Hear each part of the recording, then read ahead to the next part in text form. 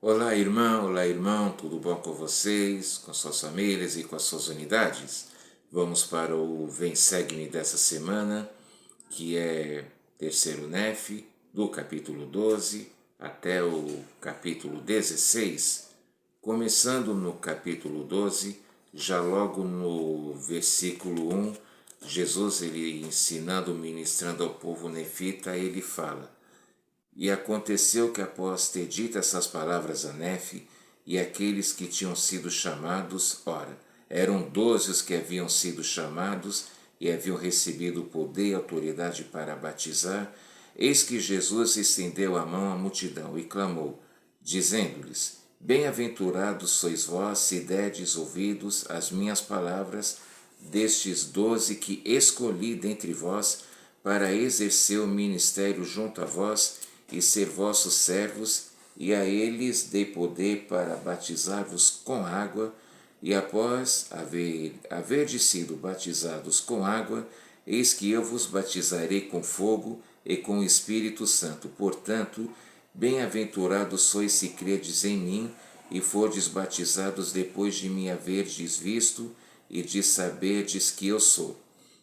Lembrando que esses primeiros capítulos a gente pode comparar com Mateus capítulos 5, 6 e 7, o mesmo ensinamento que Jesus proferiu lá em Jerusalém, ele também proferiu aqui nas Américas, e a gente vê que logo no versículo 1, está bem completo, ele já começa falando a respeito das bem-aventuranças.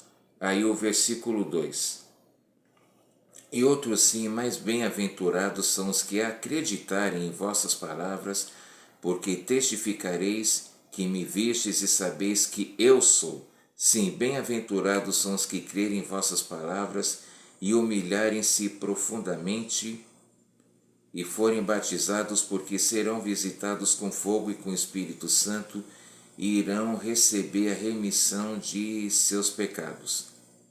Olha a promessa maravilhosa que Jesus está deixando para que as pessoas se arrependessem.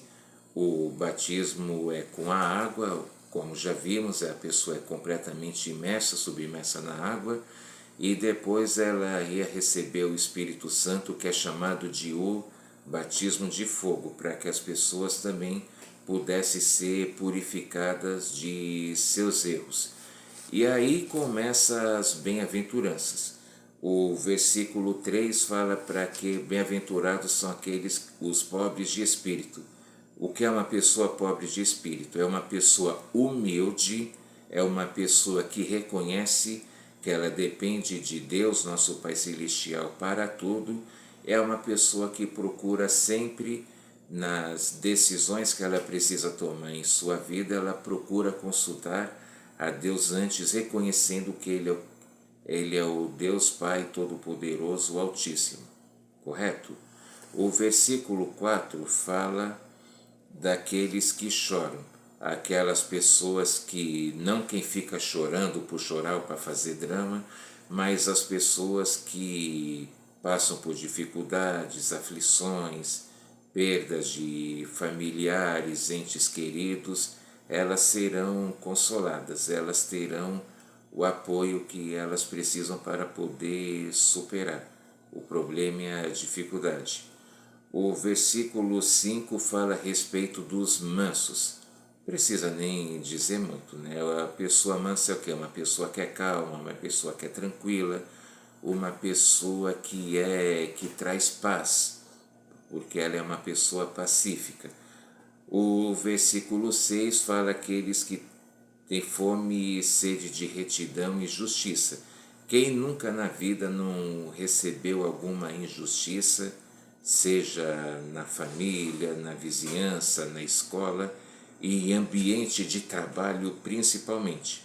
Mas essas pessoas também receberão a sua recompensa, enquanto que os maus também irão receber a sua punição. O versículo 7 fala dos misericordiosos, que são aqueles que sabem que se colocar no lugar de outra pessoa, tem que ter empatia, aquelas pessoas que sabem perdoar, aquelas pessoas que procuram entender que elas também são imperfeitas e devem aceitar as outras pessoas como elas são e procuram estender a mão para ajudar. O 8 fala dos puros de coração. São aquelas pessoas que são que elas são corretas, que elas não têm maldade, que elas não têm malícia, que elas procuram ver o melhor nas pessoas, principalmente seus familiares e também líderes. E são as pessoas que não ficam repassando histórias e comentários sujos ou coisas imorais. São as pessoas puras de coração, elas têm isso. Como o Davi mesmo falou lá no Salmo, aquele que é puro de mão, limpo de coração, que não entrega sua alma à vaidade nem jura enganosamente. O versículo 9, o bem-aventurados os pacificadores. O próprio nome já está dizendo, é uma pessoa que traz paz, assim como uma pessoa mansa é uma pessoa tranquila, uma pessoa que enche o ambiente com a sua paz, com a sua tranquilidade e faz com que as outras pessoas também sintam paz e não querem que essa pessoa vá embora. O versículo 10 fala dos que sofrem perseguições em meu nome.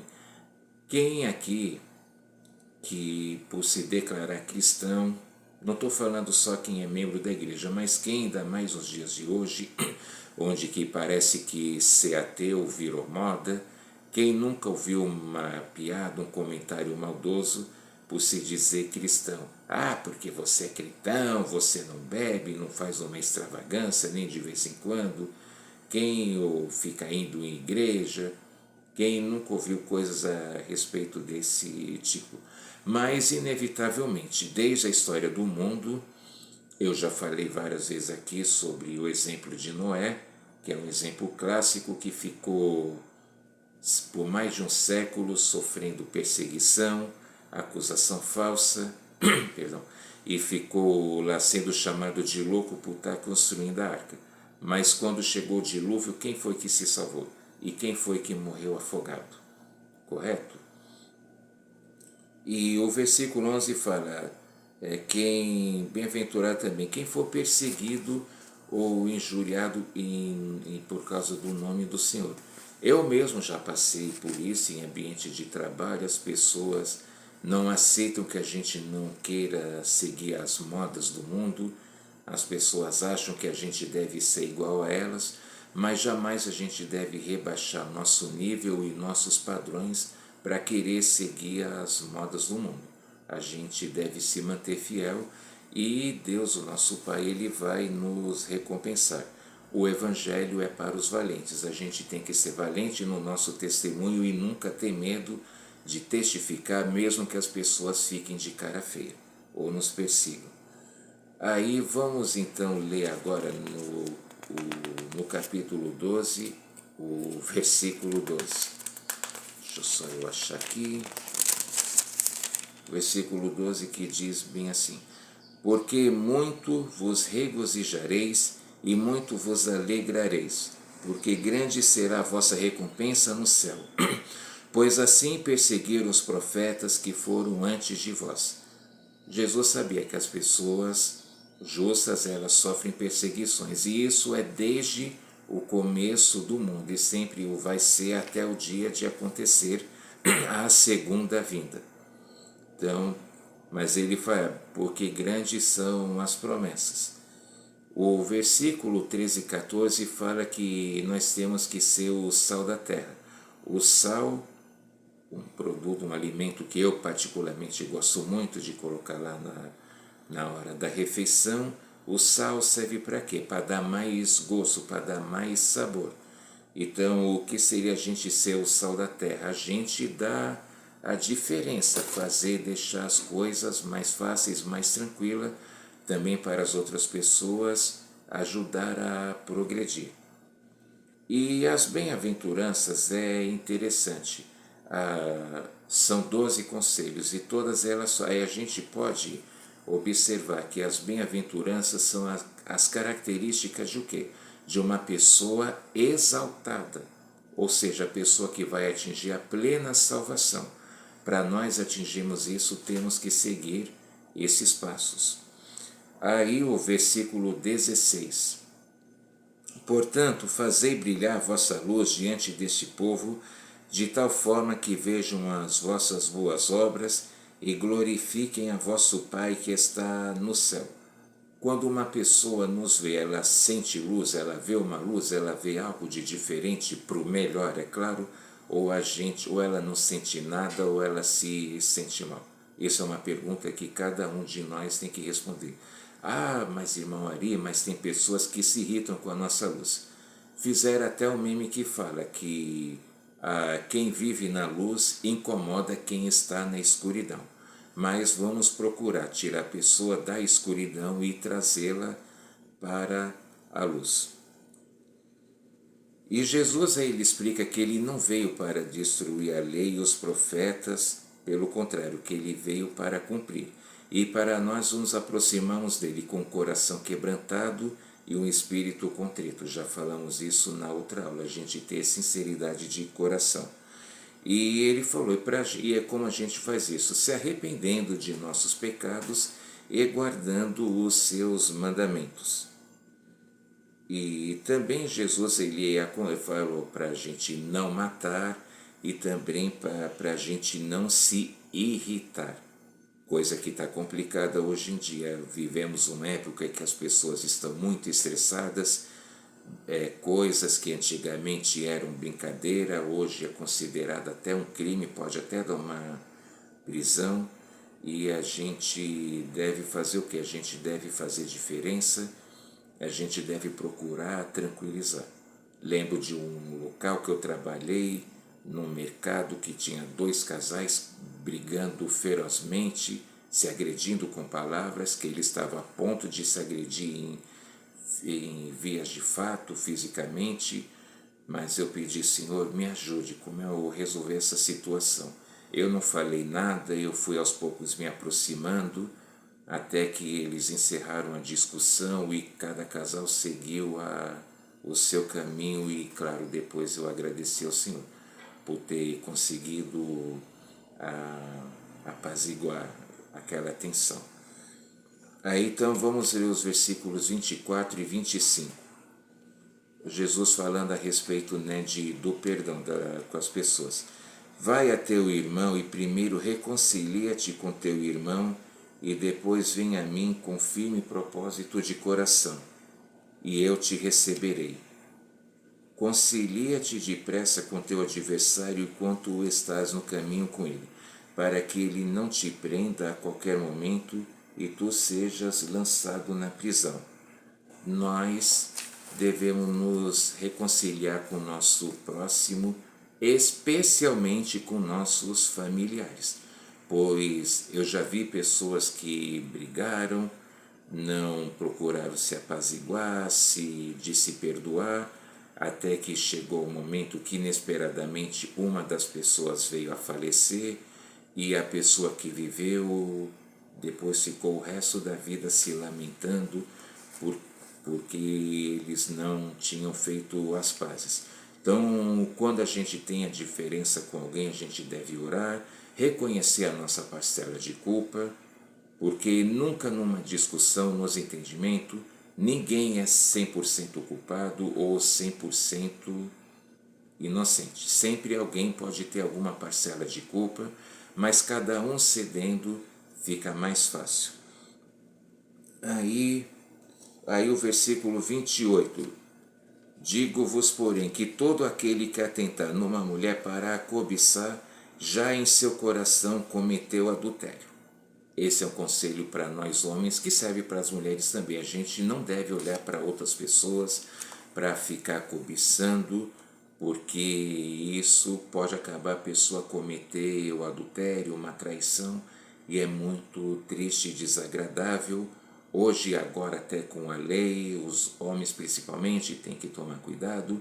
Às vezes só de olhar, falar um bom dia, pode a mulher considerar que é um assédio, e o homem pode ser considerado como um abusador.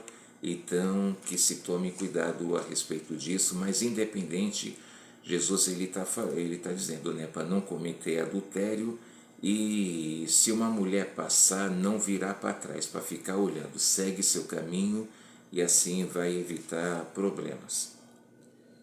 E depois ele falou sobre, explicou também sobre o divórcio. O divórcio, as pessoas devem seguir a lei do país. A pessoa divorciada pode se casar de novo? Pode. Ela antes tem que se divorciar legalmente, perante a lei, perante a justiça, ficar desimpedida. Aí ela pode ter um novo relacionamento, um namoro e um outro casamento. Ele também fala para não jurar falsamente. Que as pessoas, eu juro pelo meu cabelo, eu juro por não sei o que, eu juro por isso ou por aquilo. A gente não deve ficar fazendo juramentos para que a gente não corra o risco até de blasfemar contra o Pai Celestial. E ele fala que o nosso falar, a gente não deve ser sim, sim, não, não. Ou seja, nós não devemos em nossa vida ser de meio termo ou aquelas famosas frases vagas. Não sei, talvez, quem sabe, sei lá. Depois eu respondo, a gente, como em outras escrituras fala, a gente ou deve ser quente ou deve ser frio. Ou seja, deve ser tudo sim ou não. Aí depois ele também vai dar vários conselhos de se é o 39, vamos lá ler ele. Digo-vos, porém, que não resistais ao mal, mas se qualquer te bater na face direita, oferece-lhe também a outra. É fácil isso? É claro que não. Imagine alguém vai, te bate e você dá o outro lado para a pessoa poder bater. Não é fácil, mas um lado tem que ceder para que não aconteça coisas piores, e já aconteceu isso. Nós já vimos aqui no estudo do livro de Mórmon, do povo lá de Antinef e Lei, que eles haviam feito o juramento de não matar, de não pegar mais em armas, e os inimigos vieram, mas quando viram que não tinha reação, os que estavam matando se arrependeram e eles acabaram se convertendo e também largaram suas armas. Então, coisas que fazem diferença. Depois ele também fala, de se alguém pedir a capa, a gente largar a capa e andar a segunda. Se alguém pedir para a gente andar uma milha, andar com ele a segunda. Mas, claro, tudo fazendo de acordo com a nossa condição. A gente não deve fazer algo que a nossa força não o permita. Estamos lendo bastante versículo, mas é inevitável. Esse capítulo aqui, 12, são inúmeros conselhos. Aí no 44, mas eis que vos digo, amai a vossos inimigos, bendizei os que vos maldizem, fazei bem aos que vos odeiam, e orai pelo que vos maltratam e perseguem, para que sejais filhos de vosso Pai que estás nos céus, porque Ele faz com que o seu sol se levante sobre maus e bons. É fácil fazer isso, gente? Qual é a nossa reação? Geralmente, quando soubemos que alguém falou mal de nós, a gente já quer saber quem foi o miserável ou a miserável que falou isso. A gente já tem essa tendência, mas não. A gente deve orar por essas pessoas. E Jesus, ele nos deu o exemplo.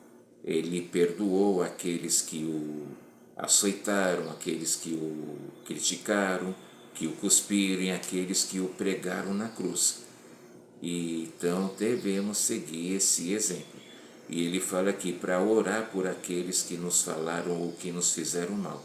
E ele deixa a promessa para que sejais filhos de vosso Pai que está no céu. E aí no versículo 48.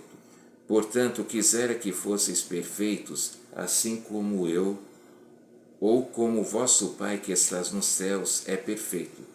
É interessante que lá em Jerusalém ele disse, para que sejais perfeitos como vosso Pai Celestial.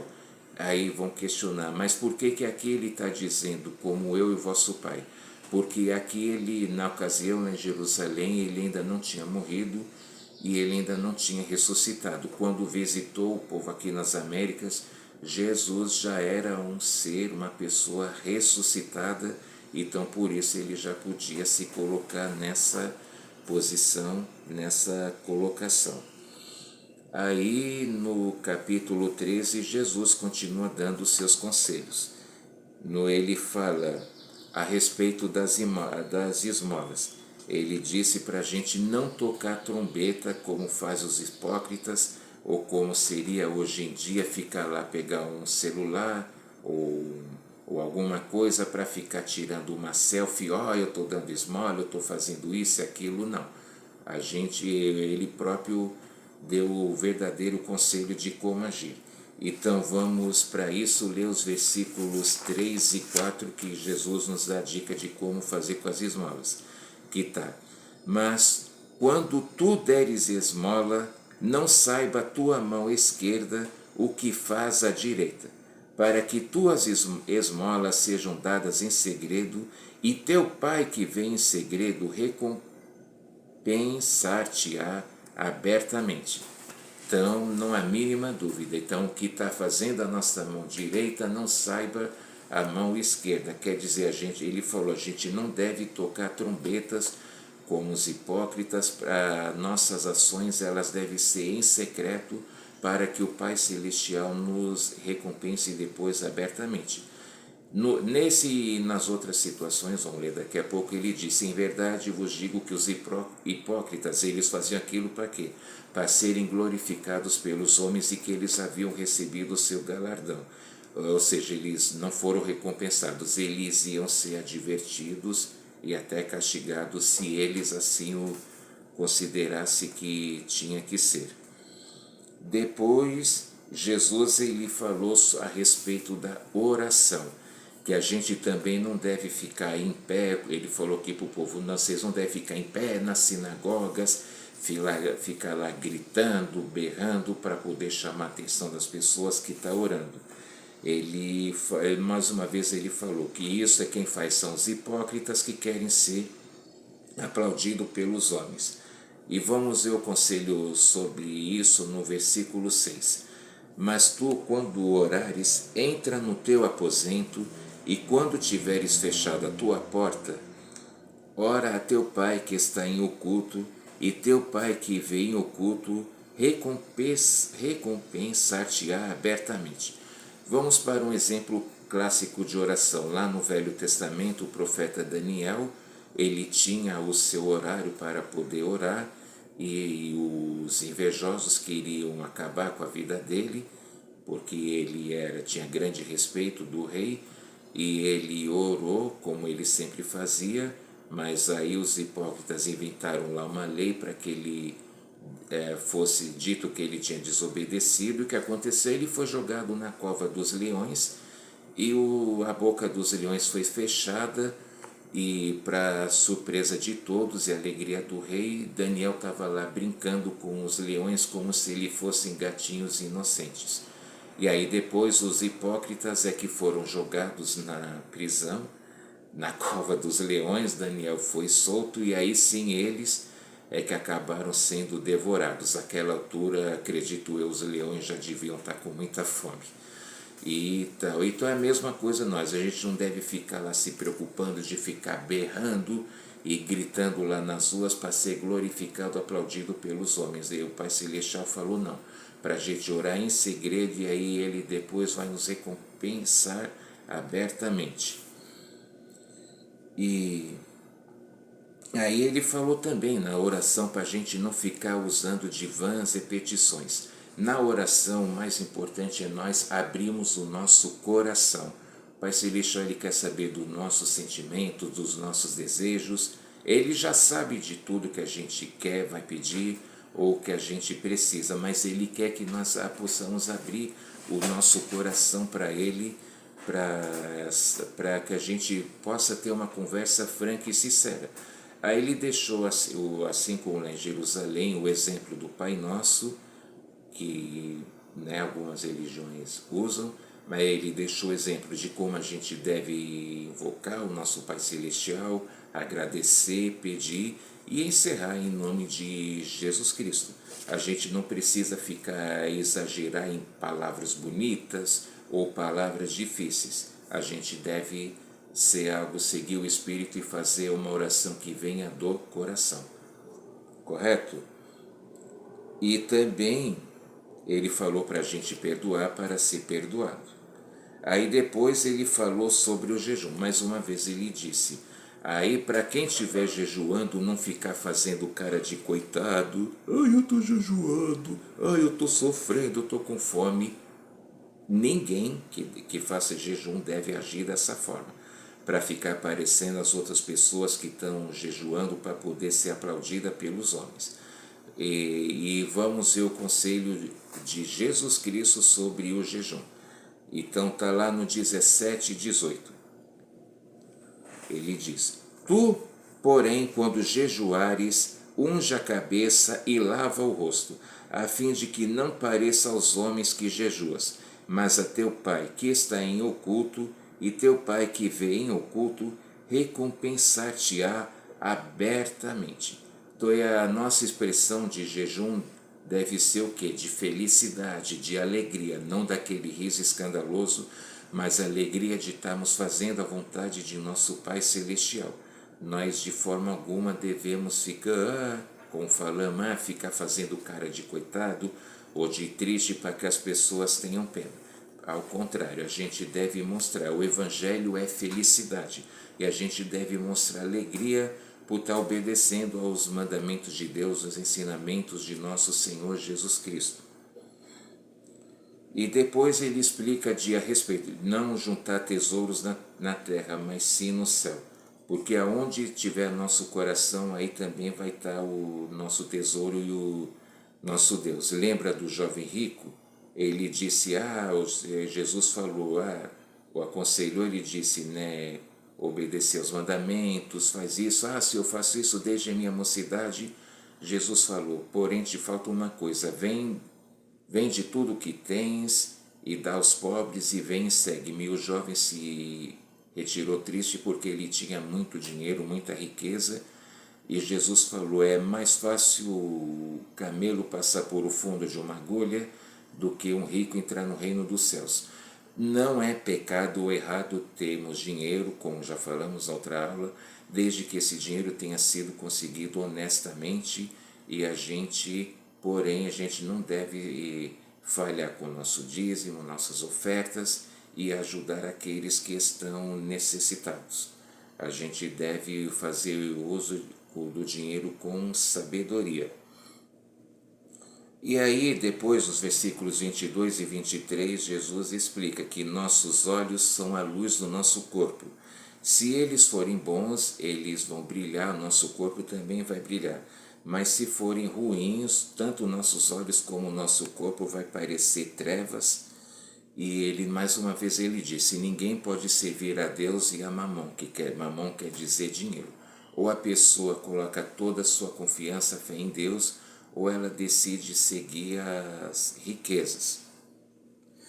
E aí os apóstolos, ele aconselhou a não se preocupar com o dia do amanhã, o que eles iam comer, beber ou vestir, porque tudo lhe seria providenciado, e assim com nós e com quem está servindo uma missão de tempo integral.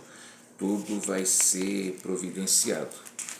Aí o capítulo 14, ele fala que comparar com Mateus 7, sempre em São Paulo está chovendo pouco, deixa a gente com irritação nos olhos ou na garganta, peço perdão. Mas tá bom, aí nos versículos de 1 a 5 ele fala a respeito, né, por aquele famoso conselho, né, de não julgar. Ele disse, não julgueis para não serdes julgados, porque com o juízo que julgardes, julgareis a vós. Muitas vezes a gente tem a tendência e o risco de ficar julgando ou criticando uma pessoa apressadamente, sem antes saber o porquê. Tem uma historinha de um casal que estava fazendo uma viagem num país que tem viagem de trem, e eles repararam que tinham crianças que estavam ali perto, que não paravam de fazer barulho, estavam inquietas, e aí esse casal foi reclamar com o pai delas, e o pai das crianças pediu desculpa dizendo, olha, me perdoe, a minha esposa, a mãe deles morreu, foi enterrada ontem, eles ainda são pequenos e eu não estou sabendo ainda como lidar com essa situação. As crianças estavam sem mães e o casal, quando soube disso, saiu arrasados e cheio de culpa, claro, e com vergonha por eles terem feito um julgamento tão precipitado. E aí ele fala, né, aí no versículo 5, ele faz a respeito, né? Muitas vezes a gente repara o erro da outra pessoa e não repara o nosso, que é o de querer tirar o argueiro, a trave ou o cisco do olho da pessoa e esquece de tirar do nosso.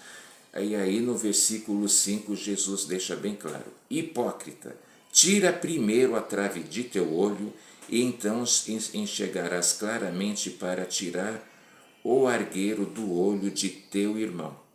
Então, jamais, antes de criticar o erro de uma pessoa e de falar do pecado de uma pessoa, primeiro temos que falar do nosso.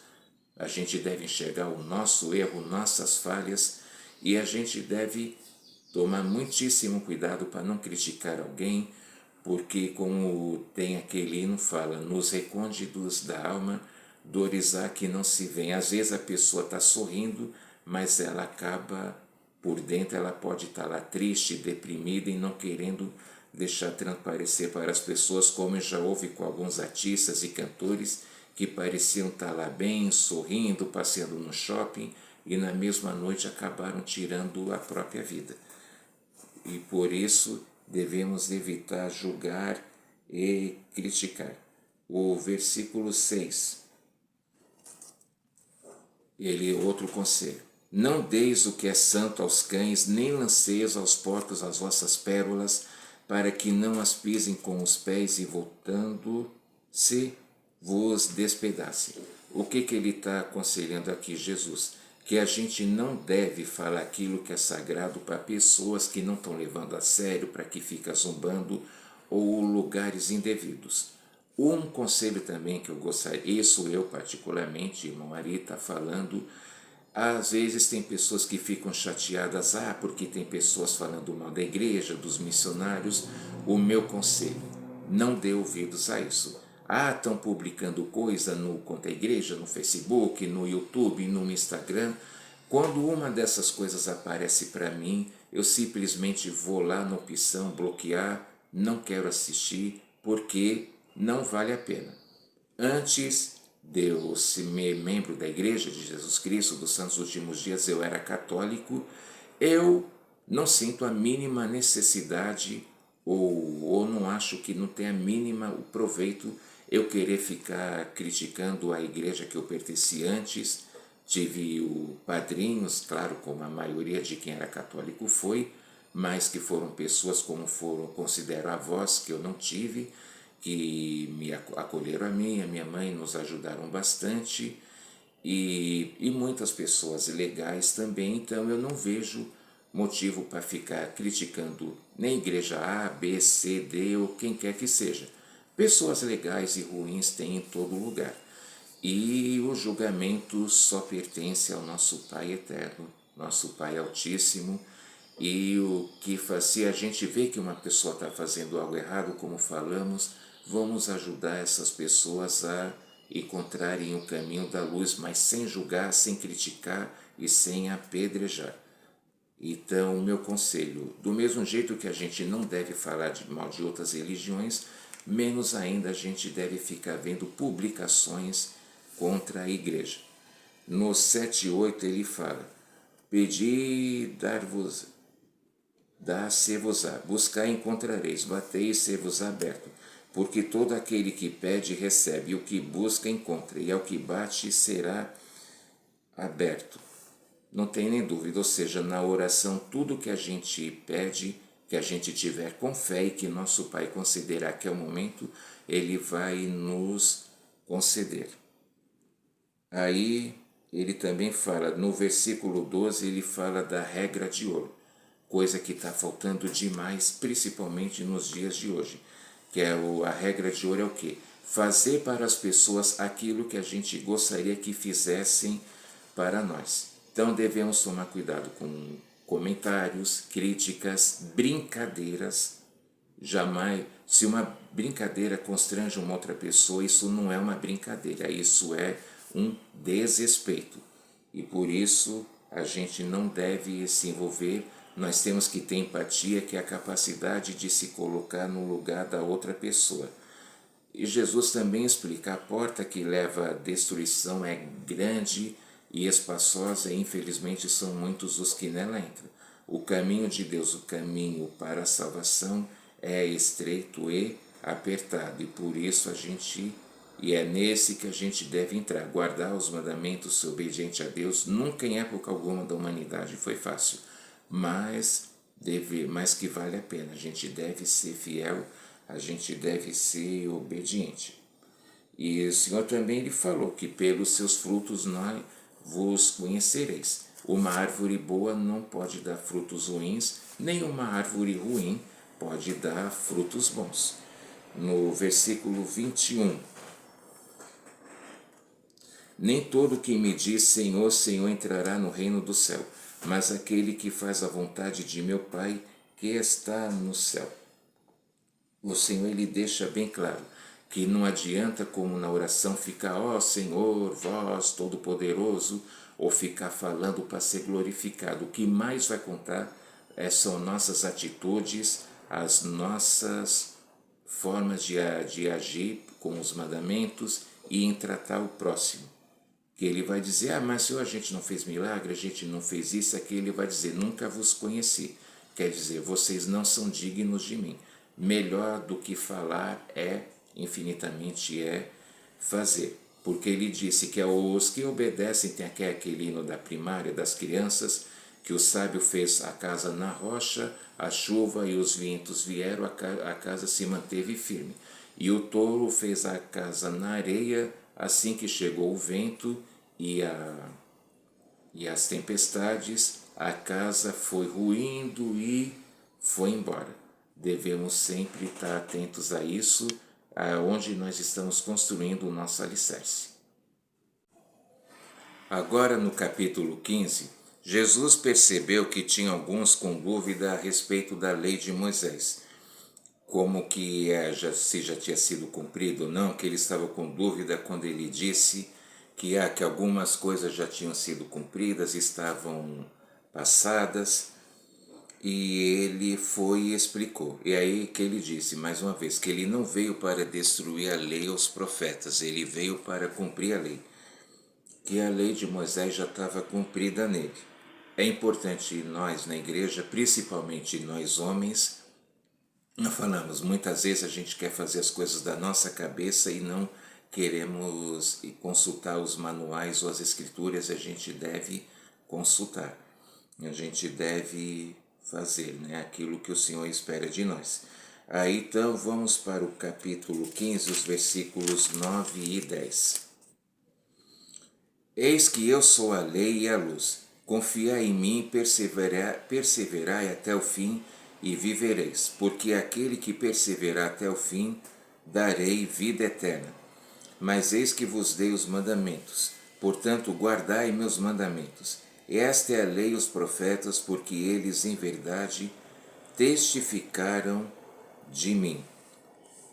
E Jesus aqui mais uma vez, todos os seus ensinamentos, não há nenhuma dúvida, não há nenhuma espécie de algo para a gente poder duvidar ou questionar. Ele deixa bem claro, ele é a luz e a vida, e para confiarmos nele, para a gente poder perseverar e aí conseguir a vida eterna.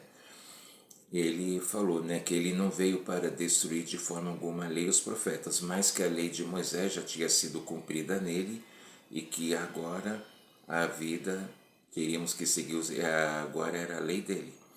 Por exemplo, na época de Moisés se guardava o sábado, que era o dia santificado, mas com Cristo agora o nosso dia santificado é o domingo. Guardar o sábado, na verdade, que é o sabate, a gente vê lá, sabate quer dizer dia de descanso, correto? E também ele falou que os nefitas, eles são as ovelhas do outro aprisco que ele tinha falado lá em Jerusalém, que o povo nefita que era essas ovelhas do outro aprisco. No versículo 12 explica que eles eram remanescentes da casa de José. Lembra que vimos nas outras aulas? E há a possibilidade também de ter mais outras ovelhas, conforme ele também deixou claro aqui E vamos agora para o capítulo 16, no versículo 1. Em verdade vos digo que tem outras ovelhas que não são dessa terra, nem da terra de Jerusalém, nem de qualquer das partes daquela terra circunvizinha, onde estive exercendo o meu ministério. Que pudemos entender que havia outras pessoas e outros lugares para Jesus visitar, além de Jerusalém e a região, e aqui as Américas e a região. Se um dia aparecer um registro falando a respeito disso, nós, é claro, devemos receber e, de bom grado, poder estudar, poder também aprender com seus ensinamentos, e a gente vê. Por isso que o Evangelho, que independente do local, o Evangelho de Cristo é o mesmo em cada local. Não muda aqui assim, ali é de outro jeito, ou acolá é de outro, de forma alguma. E por que Jesus ele apareceu aqui nas Américas depois de Jerusalém e para as outras ovelhas? Porque ele tem amor por cada um de nós. A gente deve fazer isso, a gente deve então também ter amor por cada um de nosso próximo, independente do seu local de origem, cor, etnia e por aí vai. Aí no capítulo 16, o versículo 6, mais uma vez ele diz: E bem-aventurados são os gentios por sua fé em mim, por meio do Espírito Santo, o qual lhes testifica de mim e do Pai. Jesus ele está dando o testemunho do Espírito Santo e confirmando que ele testifica, ele confirma dele, Jesus Cristo, que é o nosso Salvador e Redentor, e do Pai Celestial, que é o nosso Pai Eterno, que é o Pai de todas as coisas, e o Espírito Santo, ele realmente, eles estão, os três, já vimos, já falamos, os três são únicos em propósito, mesmo sendo três pessoas diferentes. Então, exatamente o propósito de um é o propósito do outro. E ele fala, né, que os gentios, aqueles que tiverem fé, os gentios, ou seja, aqueles que não conseguiram ainda conhecer o Evangelho, quem receber vai ter a chance de poder se arrepender, de ser batizado, receber o Espírito Santo e ter uma nova vida em Cristo. Mas fala que os gentios, aqueles que, os incrédulos, aqueles que não procurarem ter fé, eles vão ser condenados. E aí no versículo 13, mas se os gentios se arrependerem e voltarem a mim, diz o Pai, eis que serão contados com os de meu povo, ó casa de Israel. Quer dizer, o Evangelho está estendido a todos, sempre vamos dizer isso, né? A todos os que procurarem ter fé, se arrependerem de seus pecados e querer ter uma nova vida em Cristo. A gente deve ter simplesmente isso. Aqui também falou a respeito da restauração do Evangelho nos últimos dias, né, no versículo 7, perdão, esqueci de falar. Mas então, o Evangelho foi restaurado, né, através de Joseph Smith. A igreja teve seu início em 6 de abril de 1830 e já está espalhada por quase todo o mundo. Temos a construção de templos, que está acelerando a obra do Senhor aqui na Terra. E essa foi a aula de hoje, espero que você goste, faça bom proveito junto com seus familiares e amigos. Se você ainda não é inscrito, se inscreva no canal, não esqueça de deixar sua curtida, o seu like e de fazer o comentário para poder ajudar. E lembrando que nesse próximo fim de semana vamos ter a conferência geral, dia 5 e dia 6, que possamos estar atentos para a palavra dos profetas. Temos um profeta vivo, hoje em dia o presidente Russell M. Nelson, e também os seus conselheiros e os apóstolos e todos os servos inspirados, e irmãos e irmãs que forem convidadas a discursar, que a gente possa dar o devido valor e atenção para os ensinamentos deles. E lembrando também que esse domingo vamos ter eleições municipais para prefeito e vereador, que cada um de nós possa fazer a sua escolha com sabedoria, mas principalmente também que nós não nos permitamos entrar em brigas, contendas ou discórdias devido à preferência política, tá ok? Obrigado, abraço, até a próxima, tchau.